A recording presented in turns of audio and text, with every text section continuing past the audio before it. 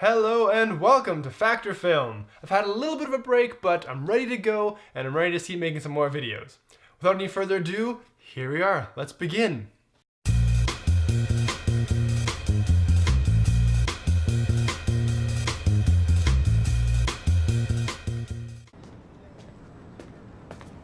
So when I sat down to rewatch this movie in preparation for making this video, I thought the most of my content would come from the last 30 minutes of the film. But lo, I was mistaken. Within the first 3 minutes of the film, the protagonist, Daniel Ocean, is shown being released from prison, and I immediately became curious whether this was how this was normally done. I am from Canada, and so I had no idea how it was done in the States. How does the US release its inmates? After a couple hours research, I found it was surprisingly hard for me to find reliable information on this process. Everything that I found was either anecdotal or from news interviews and stories. The one place I found some more concrete, although still potentially biased answers, was from the webpage for the South Dakota Department of Corrections. To be fair, what I found on their website seems to ring pretty consistent with most of the anecdotal information I found. The process of being discharged from prison custody is slightly different from state to state. However, what we see in the film turns out to be fairly accurate, at least in the sense that it doesn't really show anything out of the ordinary. It just skips out in a lot of the paperwork, because it's paperwork. Prisoners can be released from prison for either serving the entirety of their sentence, successfully being paroled, or be released on a suspended sentence. Each situation is slightly different, however. In all cases, the inmate must fill out a large amount of paperwork to set them up as having actually been released and that they are now a full citizen again. Then, the inmate will have gate money given to them and shown to the front door. The gate money is a small amount intended to pay for the former inmate's immediate travel expenses and cost of living until they can set themselves up in society again. But from what I could find, the gate money is anything from $50 to $300, and according to the South Dakota website, it's taken from the inmate's personal bank account. Only if that person doesn't actually have any money in their bank account will the state incur the expense. And that money is then supposed to last them until they manage to get a job, which is no easy task for an ex-con, and get a place to live, which is pretty hard to do when you have an empty bank account. Having no prior knowledge about how any of this works, I was really surprised to learn all this. I mean, it just seemed so obvious to me that if you don't provide robust reintegration support, the chance of recidivism would go up, and sure enough, that has been found to be the case. Anyways, back to the movie. So yeah, that initial scene where Mr. Ocean is released and just walks out, I guess is pretty accurate. I will add the date between the parole hearing and actually being released is usually at least a few days, if not weeks. The film doesn't directly say that he was released on the same day of his hearing, but it does kind of imply that he was, so there may be a discrepancy there. Anyways, moving on. You'd need at least a dozen guys doing a combination of cons. What do you think? Well, off the top of my head, I'd say you're looking at a Boski, a Jim Brown, a Miss Daisy, 2 Jethros, and Leon Spinks. Not to mention the biggest Ella Fitzgerald ever. Do you think you're gonna get the money to back this? I've always been curious as to what the heck he's actually talking about in the scene. Are the names he's listing are actual slang for various roles amongst the heist community? Or are they simply made up for the film? Unsurprisingly and sadly, they're made up for the film. They're made up by the director and the writer. Quote, "First of all, Ted Griffin and I completely made the terms up. We felt we had to come up with some funny, Damon Runyon-esque turns of phrase that weren't really arbitrary. We did sit down and think them out. So, Carl Reiner is the Boski, as an Ivan, the powerful rich magnet, inside kind of guy. Jim Brown is the confrontation Bernie Mac has with Matt Damon, the don't mess with me or you're in for it moment. The 2 Jethros are Casey Affleck and Scott Caan. The idea being we're gonna need gearheads, car fanatics, some people who are totally hillbilly under the hood guys. Leon Spinks is the disruption of the boxing match, a sporting event with some controversy to it. That's what Leon Spinks means to me. The Miss Daisy Association is driving. That was the SWAT van, a ruse involving transportation.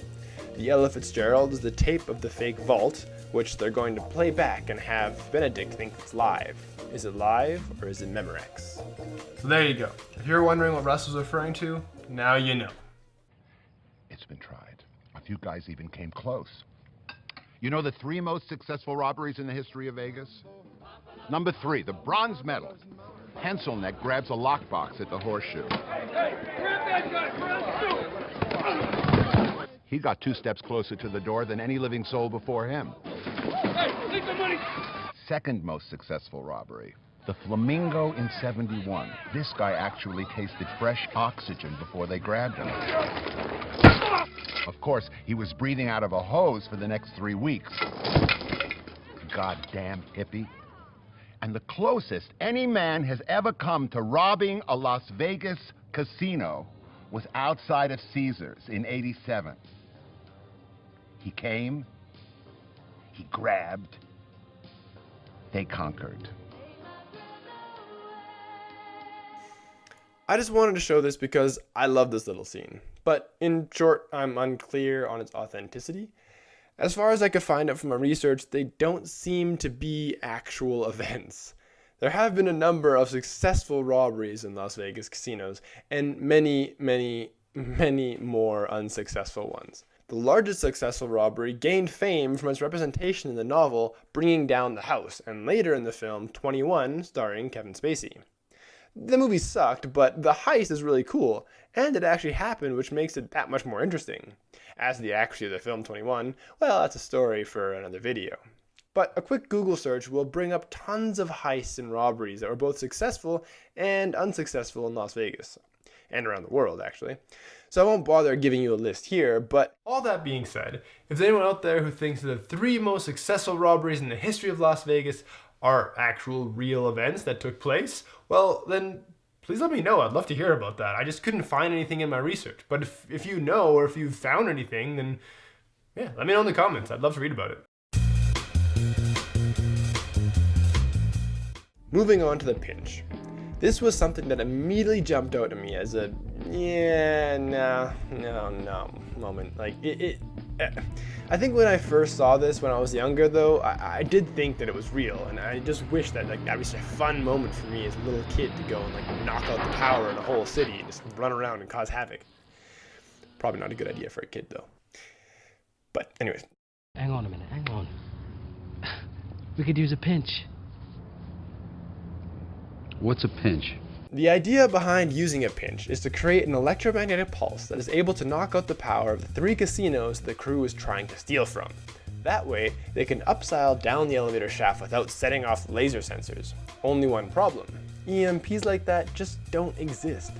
They do explain correctly that when a nuclear bomb goes off, it produces an EMP that knocks out most unshielded electronics within the blast radius.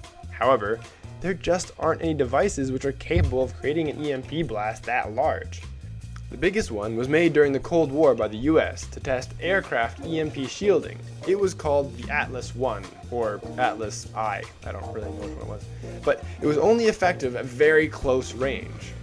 Now, why was the United States testing shielding if I just told you that there aren't actually any devices that can produce very powerful EMP pulses? Well, it turns out that when a thermonuclear explosion is carried out at very high altitude, the vast amounts of energy released by the explosion cause a little blip in the Earth's magnetic field. As most of you probably know, when you pass a conductor through an electric field, you generate a current. This is essentially what happens with the high altitude explosion. The Earth's magnetic field is briefly disrupted, and because of that fluctuation, the magnetic field lines kind of jump around a little bit. As they move around, any conductors that field passes over will gain a current. This surge is what knocks out the electronics.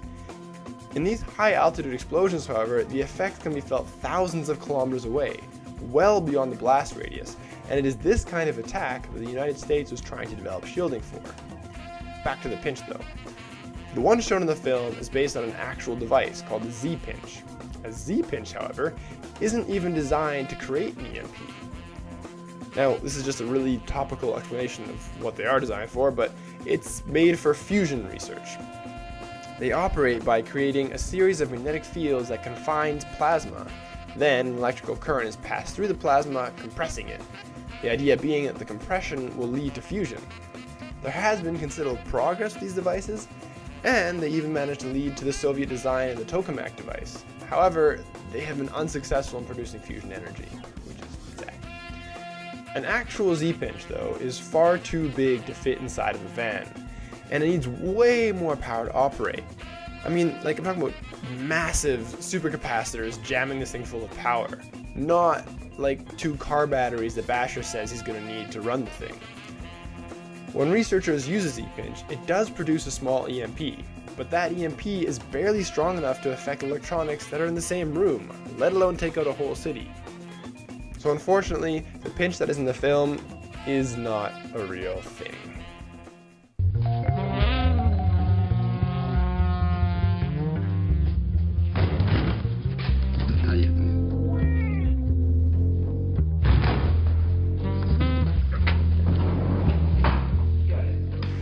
Knockout gas is just not a thing. The gas that they use the dentist to put you under is nitrous oxide, which also happens to be the gas that you supplement your car with to race around really fast. But anyway, that gas has to be administered through a breathing mask and done by a professional who's able to deliver the correct amount of gas as to not cause brain damage. Knockout gas is something that various governments and companies have looked at in the past as an actual incapacitating agent. However, it has always been met with failure. The most dramatic of which occurred in Russia, of course. In 2002, 40 to 50 Chechens took 850 hostages at the Dubrovka Theater in Moscow. They're demanding that Russia withdraw their forces from Chechnya to end the Second Chechen War. The Russians, however, had a different plan. After 2.5 days of negotiations and the execution of 2 female hostages, the Spetsnaz made their move. An undisclosed chemical agent was administered into the ventilation system of the theater, and after 30 minutes, the Spetsnaz assault moved in. There are a lot of different reports concerning the aftermath of this event. However, somewhere between 200 and 300 people died, and most of the deaths were due to the gas. Because it was administered through the ventilation system, improper amounts of gas were given to people, and some people were killed and some people were simply passed out. I highlight this event because it shows just how different film can be from reality. Knockout gas in the film is this colorless, fast-acting gas that dissipates quickly upon use. It would be the perfect non-lethal tool if it were true. I mean, aside from the fact that anybody affected by it would probably fall, hit their head really hard, and get some serious brain damage, not to mention that they fell on their back, they could probably choke on their tongue and die of asphyxiation. But aside from all of that, it would be a really good tool. Knockout gas in movies is this trope that's super common, and I think that most people believe it to be a fact. However, I know for myself that I was quite surprised to find that it is fiction. Well, that's it for today. Thank you very much for watching. Please like, please subscribe. Let me know what you think of the video in the comments. If you saw any errors or things that I missed, or just things that you thought were interesting, leave a comment, let me know. We'll talk about it next time, maybe, if it's relevant to the next video. But comments will lead to ideas, which may lead to videos, which may lead to better things. Anyways, thank you very much for watching. Have a wonderful day, and hopefully I will see you again.